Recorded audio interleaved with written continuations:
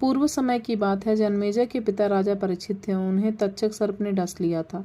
उनकी दुर्गति निवारण के लिए जन्मेजय ने देवी भागवत सुना। वेद व्यास के मुखारविंद से 9 दिनों में इसकी श्रवण विधि संपन्न की। वे त्रिलोक जननी भगवती आद्या शक्ति का विधि पूर्वक पूजन करते थे। नवाह यज्ञ समाप्त होने पर उसी क्षण महाराज परीक्षित को भगवती का परम ध्यान प्राप्त हो गया। दिव्य रूप धारण करके वे वहां पधार गए। पिता को परम धाम प्राप्त हो गया, यह देखकर राजा जन्मेजय को अपार हर्ष हुआ। उन्होंने मुनिवर व्यास जी की भली भांति पूजा की।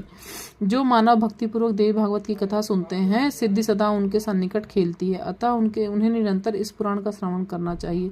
सतयुग, त्रेता और द्वापर में अनेकों धर्म थे, किंतु कली के लिए एक पुराण श्रवण ही धर्म रह गया। इसके सिवा मनुष्यों का उद्धार करने वाला दूसरा कोई धर्म ही नहीं है। कली के मनुष्य धर्म और आचार से ही अल्पायु होंगे। उनके कल्याण के लिए भगवान व्यास ने पुराण संज्ञ के समृद्ध कर रस का निर्माण किया। इस देवी भागवत के श्रवण में मास और दिवस का कोई खास नियम नहीं। मनुष्य सदा इसका श्रवण कर सकते हैं। अश्विन, चैत्र, वैशाख और जेठ के महीने में तथा 4 नवरात्रों में सुनने से यह पुराण विशेष फल देने वाला है। नवरात्र में इनका अनुष्ठान करने पर मनुष्य सभी पूर्ण कर्मों से अधिक फल पा लेते हैं। अतः इसे नवाह यज्ञ कहा गया। जो कलुषित विचार वाले पापी मूर्ख मित्र दोही हैं, वेद की निंदा करने वाले, हिंसा में संलग्न और नास्तिक हैं, उनका भी कली में इस नवाह यज्ञ से निस्तार हो जाता है। महान तप, व्रत, धर्म, दान, नियम, हवन तथा यज्ञ आदि करने पर भी मनुष्य को जो फल दुर्लभ रहता है, वह भी नवाह यज्ञ से सुलभ हो जाता है। अतः देवी भागवत सर्वोत्तम पुराण माना जाता है। धर्म, अर्थ, काम और मोक्ष की प्राप्ति के लिए यह सर्वोपरि साधन है। सूर्य के कन्या राशि में स्थित होने पर अश्विन मास के शुक्ल पक्ष में अष्टमी तिथि के दिन श्रीमद देवी भागवत की पुस्तक सोने के सिंहासन पर स्थापित करके भक्तिपूर्वक योग्य ब्राह्मण को दान करनी चाहिए। ऐसा करने से वह पुरुष देवी का प्रतिभाजन होकर उनके परम पद का अधिकारी बन जाता है। जो पुरुष देवी भागवत के एक श्लोक अथवा आधे श्लोक का भी भक्तिभाव से नित्य पाठ करता है, उस पर देवी प्रसन्न हो जाती हैं।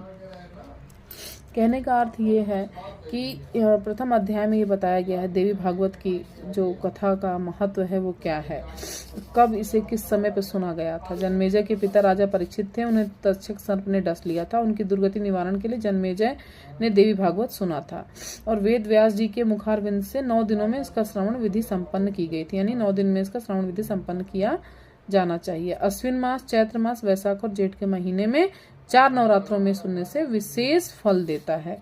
और नियम तो है इस तरह का भक्तिपूर्वक योग्य से ब्राह्मण को दान देना सोने के सिंहासन पर आज के समय में सोना बहुत महंगा है तो नहीं कर सकते, पर ब्राह्मण को दान पुण्य दिए तो और भी अच्छा रहता है। इसका पुराण का जो सुनने का फल है, समझने का फल है, वो मिलता है।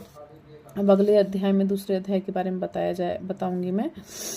पहला अध्याय में इस तरीके से बताया गया है।